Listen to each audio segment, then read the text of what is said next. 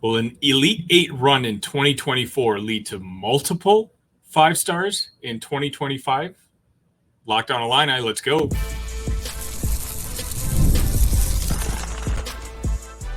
You are Locked on Illini, your daily podcast on the Illinois Fighting Illini. Part of the Locked On Podcast Network, your team every day.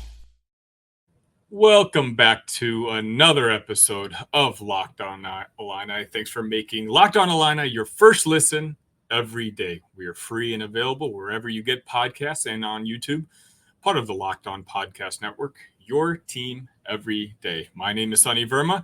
You can find me there at IlliniCast on Twitter, and you can also find me at the Big Ten Show if you're looking for some big picture conference talk on YouTube.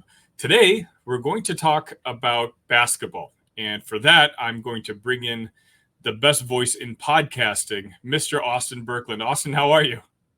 I'm doing well. How about yourself, Sonny? I'm doing good, Austin. Austin, let the folks here know where they can find you online. At AB1132, you can find my Insane Cubs, Illini, and Philadelphia Eagles takes. If that's something that interests you, then follow me. But part of the Armchair Illini Network on the Illini Cast. So I'm happy to be on Locked on Illini. Well, I'm glad to have you, Austin. Austin, there's been some rumbling in the news, at least on the basketball side, that I think it was Derek Piper actually released an article on Monday where he spoke to the consensus number 11 player in the 2025 year class, Jasper Johnson. And he kind of talked about his close relationship with Orlando Antigua and how, while before Kentucky was probably the favorite to get Johnson, now it seems that now that Orlando's at Illinois, he's going to be giving us a shot. And obviously, as you know, we've already had, I guess we have been in discussions with AJ Dybantsa, who is friends with current Illini commit Jeremiah Fears. I think they played on the same team or something like that. And AJ's father was actually at that UConn Elite Eight, debacle. I don't know if that was a good thing or not. But, at least we've been kind of connected to him and his recruiting. I mean, we're talking about 2, potentially 3, depends on, where you look at for Jeremiah, like 3 5-stars, all interested in Illinois. Is this the Orlando Antigua effect? Yeah, it's got to be. I mean, I know Chester Frazier was a good recruiter, got guys like Amani Hansberry and Sincere Harris into the fold, but this is a different type of recruiting. And I think this is going to be a strategy kind of for a lot of colleges. It's just to focus in on those 5-star players, guys that can be immediate impacts, or go down to the lower 4 stars, high 3 stars, develop them, and know that they're going to be last on your bench and they know their expectations for what they come into. I think the middle 4-star range is kind of where you don't want to be recruiting in, or the upper 4-star range, because they're going to transfer pretty quickly if they're not starting within year 1 or even year 2. So I think with having a guy like Orlando Antigua who can bring in those 5-star players, pair that with what Illinois have been doing in the transfer portal. I mean, my goodness, this is an amazing strategy and an amazing way to bring those 5 stars in with Orlando Antigua. I completely agree. Illinois got a lot of glamour last year, especially with a lot of the national media, just because we were such a fun team to watch. And obviously we had some drama off the court a little bit, but the offensive play style that we had, if you were a neutral fan, an Illinois game was just something you wanted to watch just because we had a fun style of play. Obviously, we didn't have the postseason success up until this year, and Brad Underwood finally got over the hump and made an Elite Eight run this year. And I feel like now all that we're missing is the Illinois brand is there. I think we're top 20. I think it's higher than that. I think like top 16 all-time in wins in college basketball. The brand is there. What it's kind of lacking right now is there's no more Io. There's no Kofi. And obviously Terrence is gone. These were all good players that were eventually developed. For us to kind of enter the territory of the North Carolinas, the Kansases, the Kentuckys, I think getting one of those hotshot recruits, you're talking about one of the top, 10, 15 players in the country, and having that excitement, in the preseason at the beginning of the year is kind of the next step for Illinois as a program. Absolutely. I mean, you think of what Orlando Antigua has done in his career, especially on the big man side of things. Karl Anthony Towns, who's going to be playing in the Western Conference Finals. He was an Orlando Antigua guy. I mean, the list goes on of Kentucky big men that Orlando helped develop.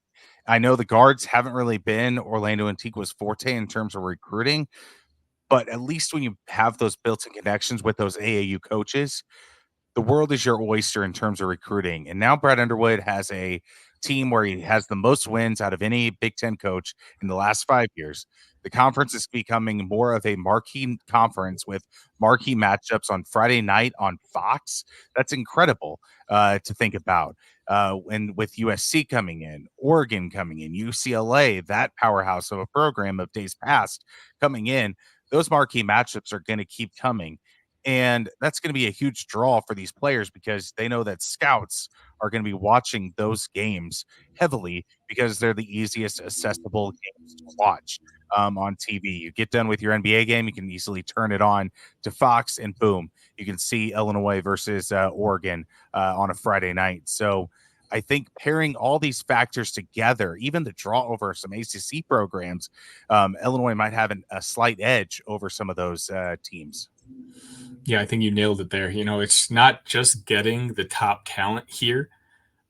Hiring Orlando Antigua was, a double boon in the sense where he can attract the top talent, but he has a proven success of developing that talent and getting them ready for the NBA. So, the minute if we were to get a guy like AJ here, and he comes in, he dominates college basketball, he develops very well in that first year, and he becomes a top 3 overall pick the next year.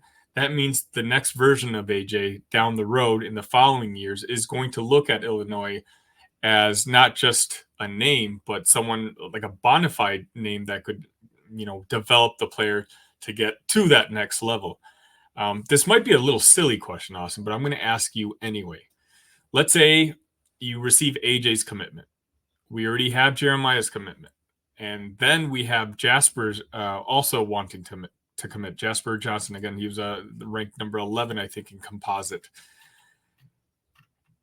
In this day and age, with this whole transfer portal and movement, and I know you kind of alluded to this in your first point that you were making, is that a class you look forward to, having 2, potentially 3 5-stars? Or do you think if you were to get 2 commitments, you'd kind of start backing off of trying to get the third?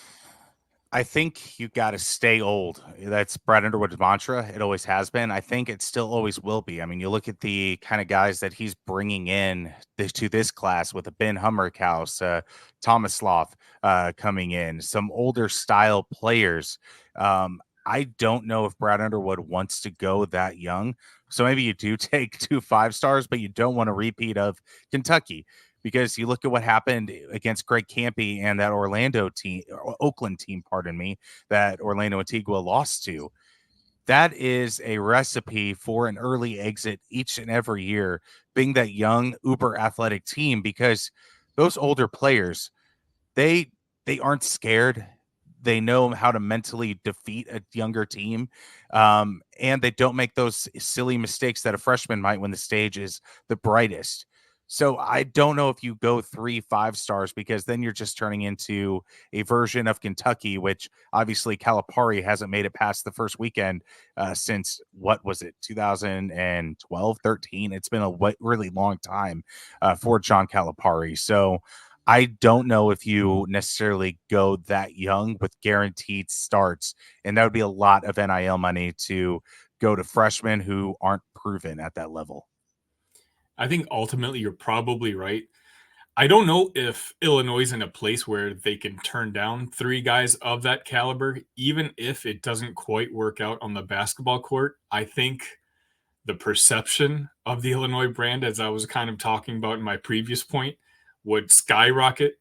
We would be talking about, having one of the most dynamic classes, not just in Illinois history, but in college basketball entirely. I mean, everyone right now is already talking about Rutgers recruiting class next year, where they've got the number 2 and number 3 overall players. Depends on where you look. 2 of the top 3, regardless. And that's Rutgers. Illinois' program elevated from that, and I think the idea is now, as you mentioned, great point with NIL. More than likely, we wouldn't be able to afford those 3 guys plus be able to build a team around them.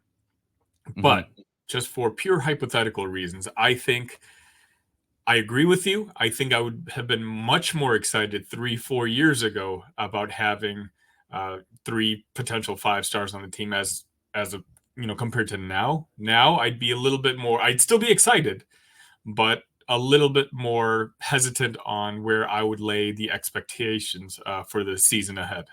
I mean, the experience of the Big Ten that wins each and every time. Like Michigan State has had some really young athletic teams where they've had some high 4 stars, low 5-star kind of guys, and they've got lost in the shuffle to teams like Purdue with overrun by seniors, or teams like Michigan of the Beeline days that overran some of those young teams that they were competing against. So that is a very dangerous game to play, relying on such young players. Coming up next, we're going to talk about Duke, who has no problems running or relying on such young players, and someone we might be seeing next year. But before, a message from eBay Motors. Passion, drive, and patience. The formula for winning championships is also what keeps your ride or die alive. eBay Motors has everything you need to maintain your vehicle and level it up to peak performance, superchargers, roof racks, exhaust kits, LED lights, and more. Whether you're into speed, power, or style, eBay Motors has you covered. With over 122 million parts for your number one ride or die, you'll always find exactly what you're looking for. And with eBay Guaranteed Fit, your part is guaranteed to fit your ride every time or your money back.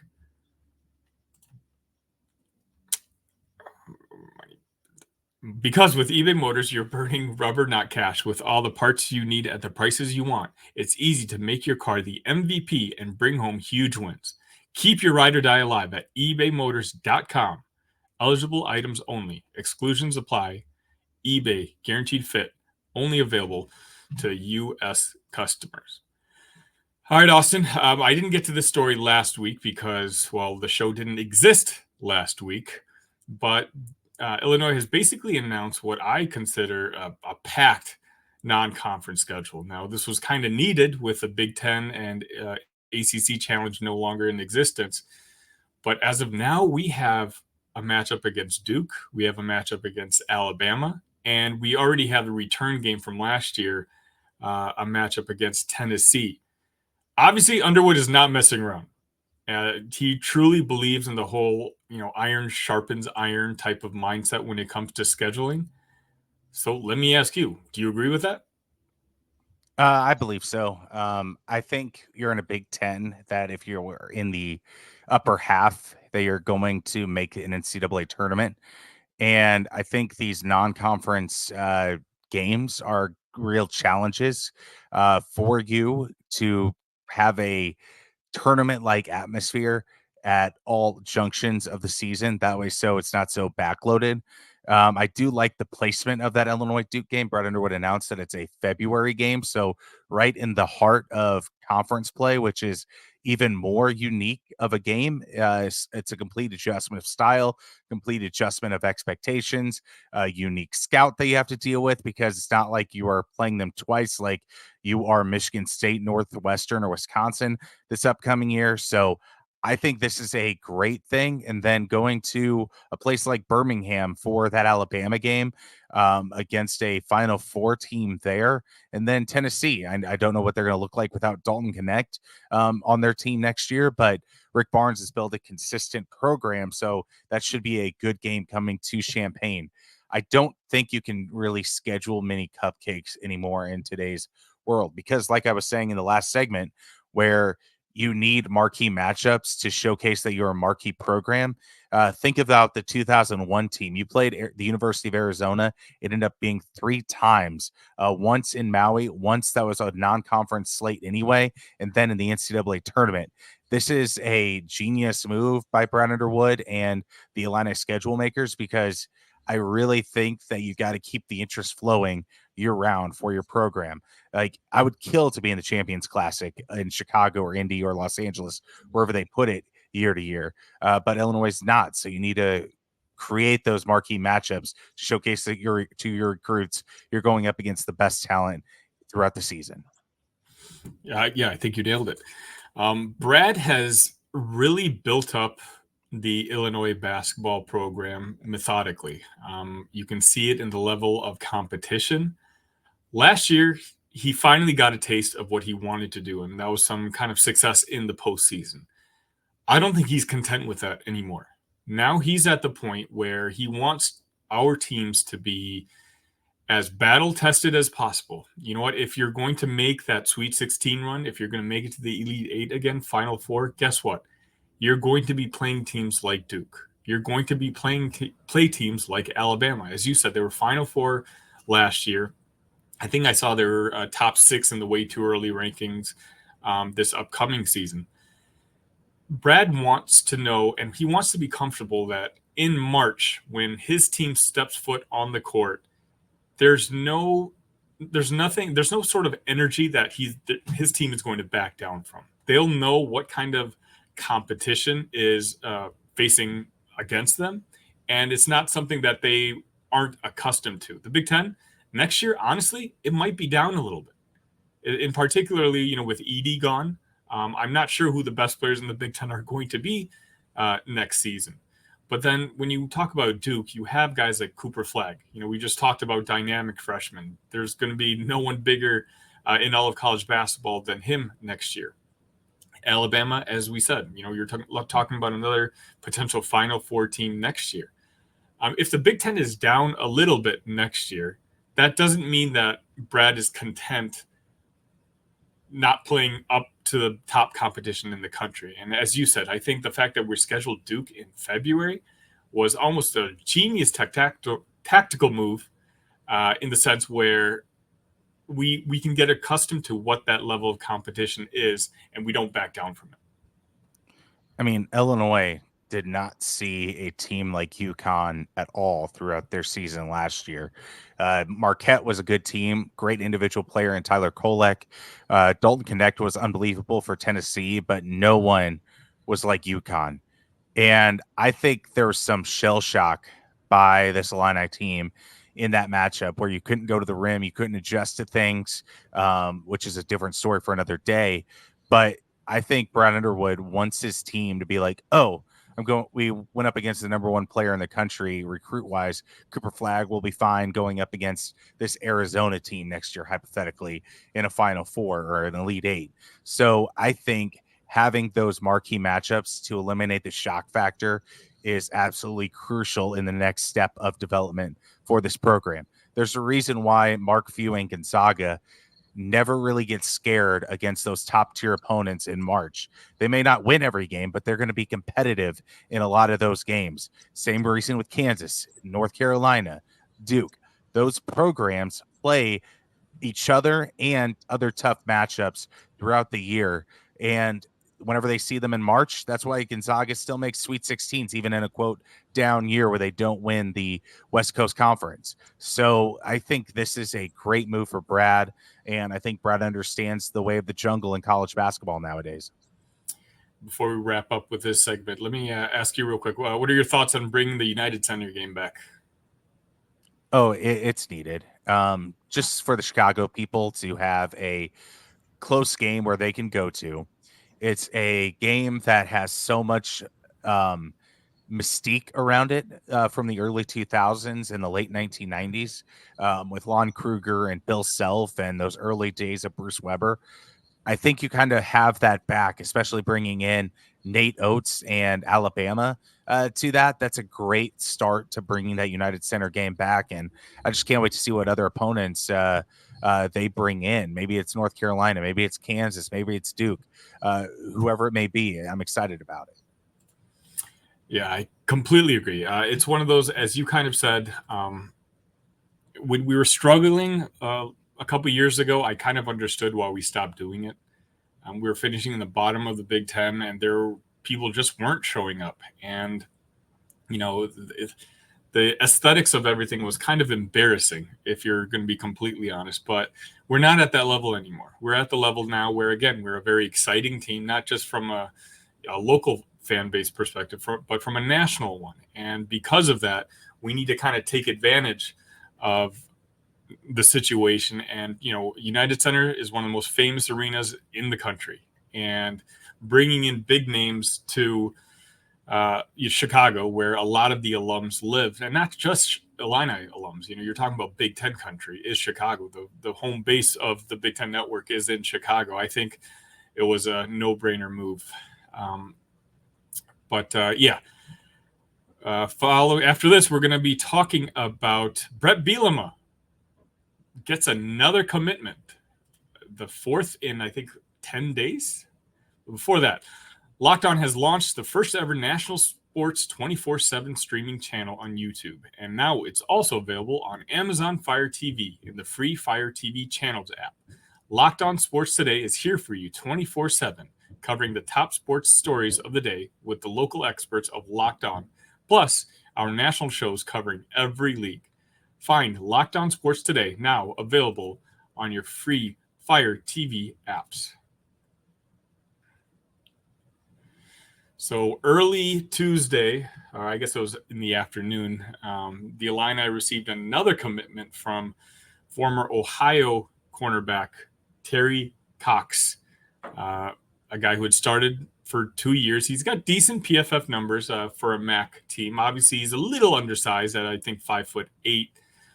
But, Illinois football is just kind of on fire right now. They basically targeted a few guys over the past month, and they've been able to land them all, except for one, which we can talk about in a little bit.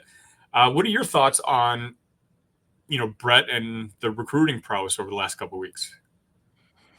Yeah, it feels like Torrey will be like that fourth cornerback, which you need the depth in there. You already got your stud defensive back in Terrence Brooks out of Texas, which is just a extreme coup by Brett Bielema. And I have a sneaky suspicion that Coach Corey Parker had something to do with that signing as well, with the energy that he brings and the knowledge that he brings at the defensive back position. So I think this is a great signing for the Illini.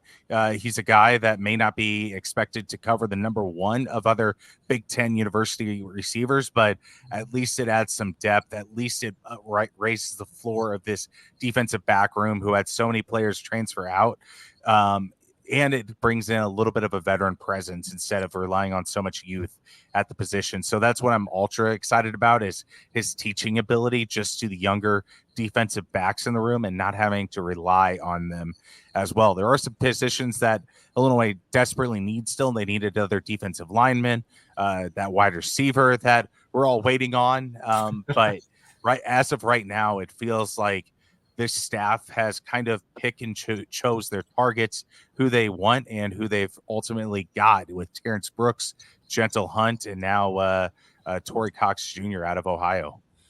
Honestly, if you talked to me a month and a half ago, now I generally tend to be the more positive guy between you and I when it comes to our football program. But when Zachary Tobe decided to transfer out, even my outlook for the upcoming season was almost at an all-time low. I was really while I'm very confident in what we have on the offensive end, the defense was just looking really, really rough. But I got to say, over the last, 11 days, I think Terrence Brooks had committed like about 11 days ago. Since then, I really feel like we've done a really good job of kind of raising the floor of what our football team is going to look like. As you said, we brought in a cornerback who was better than both guys that we had lost. Terrence Brooks, he was an all honorable team for the Big 12, former 4-star recruit, former Ohio State recruit, getting him from Texas. Not being good enough at Texas is different from starting at Illinois.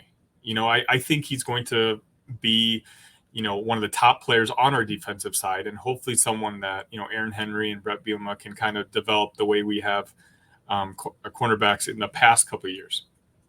But also a guy like Cox now. It's cornerbacks, they tend to get hurt.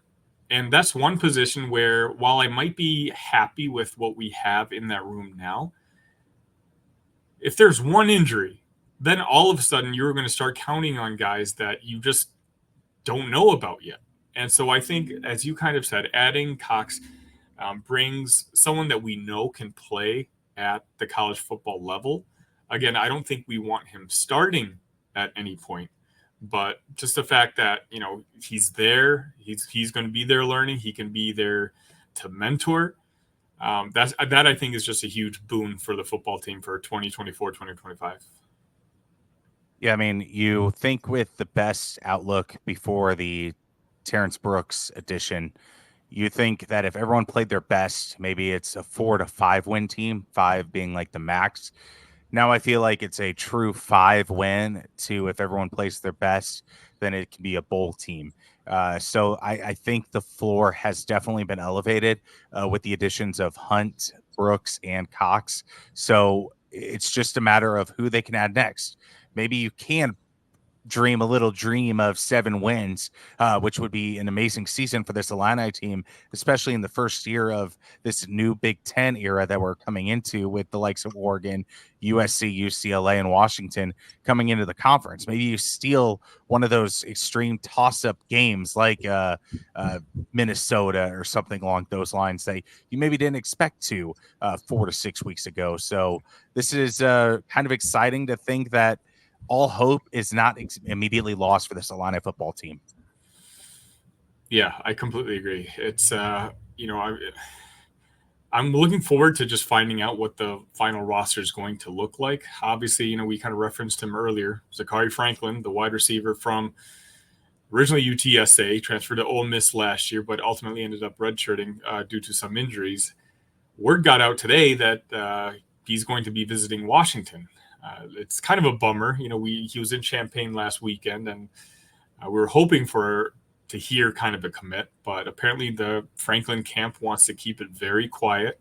And so we were kind of all on standby. And then now hearing he's going to Washington, I got to ask you, Austin, does this damper your enthusiasm for Franklin? I mean, when you first look at it, you're like, dang, you didn't commit right after the visit. That means something may have went wrong. But I mean, if the defending national runner-up asks you to come on campus, you at least take a listen and take a look at what that program has to offer. Maybe there's different goals that are aligned between Zachary and Washington at the end of the day. So I don't think all hope is necessarily lost. If we can say, hey, Zachary, we're going to give you a competitive NIL package. We're going to allow you to start and compete at the highest levels. And maybe Washington will be like, yeah, you can be the second or third guy. Maybe that's not what Zachary wants. So he can always hear what Washington has to say, and he may not like it. So I wouldn't say all hope is necessarily lost with Illinois. The fit is there. Barry Lenny Jr. of UTSA, both together at the same time. So I still think he's Illinois to lose. It's just you got to go through the entire process. Yeah, I agree. It's one of those where, with Franklin, I think he only has 1 or 2 classes left to graduate. So he can't really even start playing with the team until August. And when you just talk about the opportunity available, he would immediately slide in as number 1 on the Illini football team. And then his learning curve would be minimal because he's already played under Barry Lenny Jr. for a couple seasons. So he wouldn't be going into a brand new system like he might be with Washington. So, I think, you never know because we never really hear about what's going on with the NIL portion of all this. But ultimately, I agree. Am I bummed out a little bit that he's taking another Big Ten visit? Sure. And, Washington is a fantastic program. Jedd Fisch has won everywhere he's gone. But I still think if you just kind of take a step back, Franklin is going to see that his last opportunity to really shine, it's going to be this season. He's got to make the most of it. And I think when it comes to Illinois, we can provide him that playing time. I'm assuming, we can apply the system that he succeeded in his first couple of seasons at UTSA. And I think ultimately he decides to join us in Champaign, essentially. Austin, thank you so much for joining me today. Once again, can you let the folks know where they can find you and your work online? Absolutely, at AB1132 for just tweetage, and then at IlliniCast, part of the Armchair Illini Network. It's me and Sonny doing our thing for our Armchair Illini. So come join us over there. It's more long form conversation than what you get on Locked On Illini, and there's opportunities for live video as well, where you can instantly comment. We can have more of an interaction with you guys. So come join us there. Check us out, and should be a fun time with this football season coming up. And my goodness, Illinois basketball never has a dull moment. No such thing as an off season anymore. Austin, thank you so much for joining me. Absolutely. Thank you, Sonny. And thank you all again for joining me today. I think this is show number 5. We're building that subscriber base. I think we're up to 20, 25 subs now. So leave questions, comments. I want to know what you guys think. I want to know what you guys want to, what should I record a video about? I'm here. The show is yours. And obviously I'm trying to build a community here, whether it's here or any of my other programs. But, follow me at IlliniCast. Let's just continue to talk Illinois sports every single day. There's a lot of Illinois content out there, and a lot of it is very, very good. But when it comes to the podcast space, when it comes to the YouTube space, no one out there is doing it daily like I am. So please, if you don't mind, like this video, share it with another Illini fan, and we can continue to have our community grow. But until then, I will see you guys tomorrow. ILL. Love you guys.